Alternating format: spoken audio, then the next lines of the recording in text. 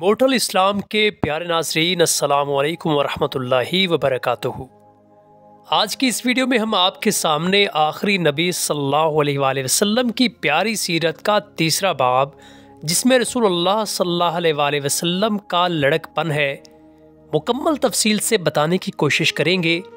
मगर हस्ब रवायत अगर आप हमारे चैनल पर नए हैं तो बराए मेहरबानी हमारे चैनल इमोर्टल इस्लाम को सब्सक्राइब कीजिए और हमारी वीडियो को लाइक करके हमारी हौसला अफजाई कीजिए। तो चलिए नाज़रीन गिरामी, बढ़ते हैं मौजू की जानिब।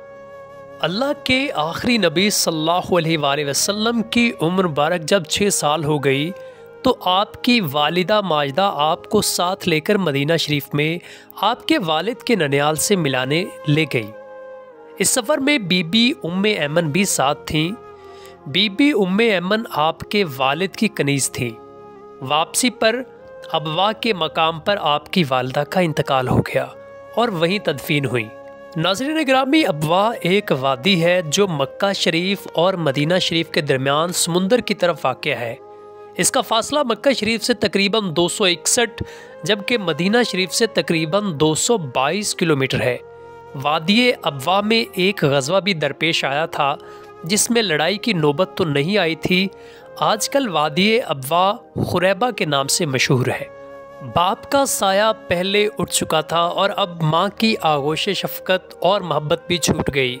हज़रत उम्मे ऐमन ने आपके आंसू पोंछे, आपको तसल्ली दी और वापस मक्का शरीफ लेकर आपके दादा हज़रत अब्दुल मुत्तलिब के सुपुर्द कर दिया। वालिदैन के विसाल के बाद आपकी परवरिश आपके दादा जान के यहाँ हुई। उनका नाम अब्दुल मुत्तलिब रदी अल्लाह अन्हु है।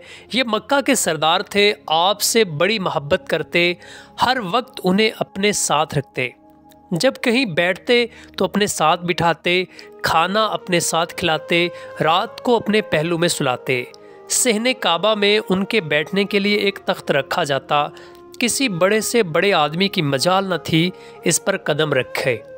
लेकिन जब अल्लाह के आखिरी नबी सल्लल्लाहु अलैहि वसल्लम तशरीफ़ लाते तो बिला झिझक अपने दादा जान की जगह पर बैठने के लिए आगे बढ़ जाते। जब आपकी उम्र मुबारक 8 साल की हुई तो उनका भी विसाल हो गया। फिर आपकी परवरिश आपके चचा अबू तालिब के यहाँ हुई।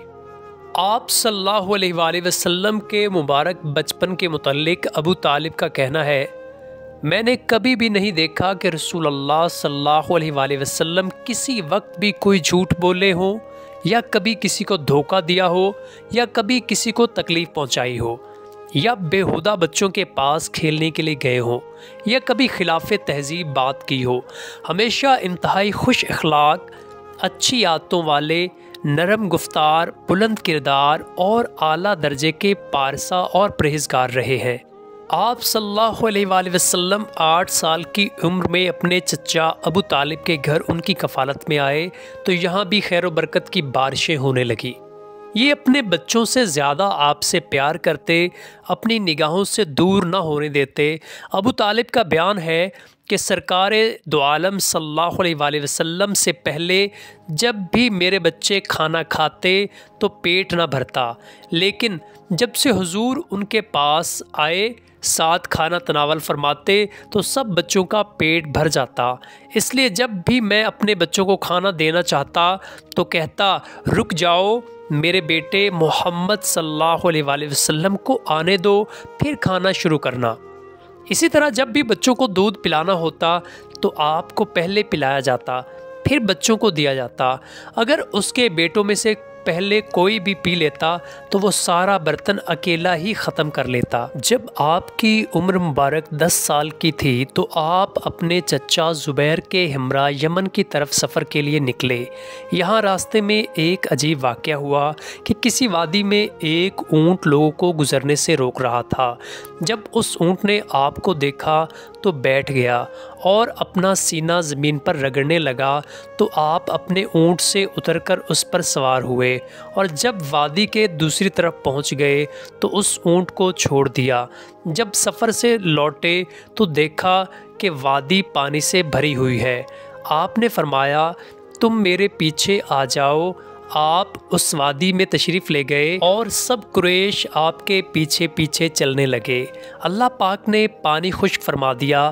جب لوگ مکہ واپس آئے تو سب کو یہ واقعہ سنایا، جسے سن کر انہوں نے کہا اس بچے کی شان نرالی ہے۔ آپ کی عمر مبارک جب 12 برس ہوئی تو آپ نے اپنے چچا ابو طالب کے ساتھ شام کی طرف پہلا تجارتی سفر فرمایا۔ جب قافلہ شہر بصرہ پہنچا تو وہاں کے ایک راہب بحیرہ، جس کا اصل نام برجس تھا، اس سے آپ کی ملاقات ہوئی۔ اس نے آپ کو علامات نبوت سے پہچان لیا اور آپ کا ہاتھ پکڑ کر یہ اعلان کرنے لگا، یہ تمام جہانوں کے سردار ہیں، یہ رب العالمین کے رسول ہیں، اللہ کریم انہیں رحمت للعالمین تمام جہانوں کے لیے رحمت بنا کر بھیجے گا۔ پھر اس نے آپ اور اہل قافلہ کے لیے کھانے کی دعوت کا اہتمام کیا۔ اس دعوت میں اس نے مزید کچھ علامات نبوت دیکھیں۔ اس نے ابو طالب سے کہا انہیں شام مت لے جاؤ، اگر اہل شام نے انہیں علامات نبوت سے پہچان لیا تو انہیں قتل کرنے کی کوشش کریں گے، لہٰذا آپ اسی مقام سے واپس تشریف لے آئے۔ اس راہب نے آپ کو سفر کے لیے کچھ سامان بھی دیا۔ اللہ کے آخری نبی صلی اللہ علیہ وآلہ وسلم تجارت کی غرض سے کئی سفروں پر تشریف لے گئے۔ 10 برس کی عمر میں اپنے چچا زبیر بن عبد المطلب کے ساتھ یمن کا بھی تجارتی سفر فرمایا۔ آپ نے جو تجارتی سفر حضرت خدیجہ رضی اللہ عنہا کے لیے کیے، ان میں سے 2 سفر یمن کی جانب بھی تھے۔ چنانچہ روایت میں ہے حضرت خدیجہ نے آپ کو جرش یمن میں ایک مقام کی طرف 2 بار تجارت کے لیے بھیجا، اور ان میں سے ہر سفر ایک اونٹنی کے عوض تھا۔ شہر زبید کا ایک شخص اپنے مال بیچنے مکہ شہر میں آیا۔ عاص بن وائل نام کے ایک شخص نے اس سے مال خریدا مگر قیمت نہ دی۔ اس تاجر نے کچھ قبیلوں سے فریاد کی مگر کسی نے اس کی مدد نہ کی۔ پھر یہ شخص جبل ابی قبیس پر چڑھ گیا اور سب سے فریاد کی۔ ناظرین گرامی، ابو قبیس ایک پہاڑ ہے جو مسجد حرام کے باہر صفا و مروہ کے قریب واقع ہے۔ حکم الہی سے دنیا میں سب سے پہلے یہی پہاڑ پیدا ہوا۔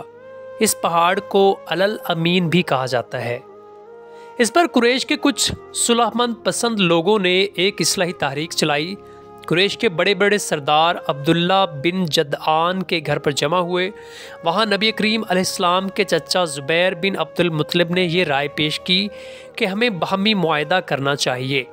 چنانچہ قریش کے سرداروں نے ایک معاہدہ کیا اور پکا ارادہ کر لیا کہ ہم بے امنی کا خاتمہ، مسافروں کی حفاظت، غریبوں کی امداد، مظلوم کی حمایت اور ظالم کا محاسبہ کریں گے۔ اس معاہدے میں آپ بھی شریک ہوئے۔ اعلان نبوت کے بعد بھی آپ اس معاہدے میں شرکت پر مسرت کا اظہار کرتے اور فرماتے، اس معاہدے سے مجھے اتنی خوشی ہوئی کہ اگر اس معاہدے کے بدلے میں کوئی مجھے سرخ رنگ کے اونٹ بھی دیتا تو مجھے اتنی خوشی نہیں ہوتی۔ آج بھی اگر کوئی مظلوم اس معاہدے کے تحت مجھے مدد کے لیے پکارے تو میں اس کی مدد کے لیے تیار ہوں۔ اس معاہدے کو حلف الفضول کے نام سے موسوم کیا گیا۔ اس کی وجہ یہ ہے کہ بہت پہلے مکہ میں ایک معاہدہ ہوا تھا۔ اس معاہدے کا سبب بننے والوں میں سب کا نام فضل تھا، اسی وجہ سے اس معاہدے کا نام حلف الفضول، یعنی ان چند آدمیوں کا معاہدہ جن کے نام فضل تھے۔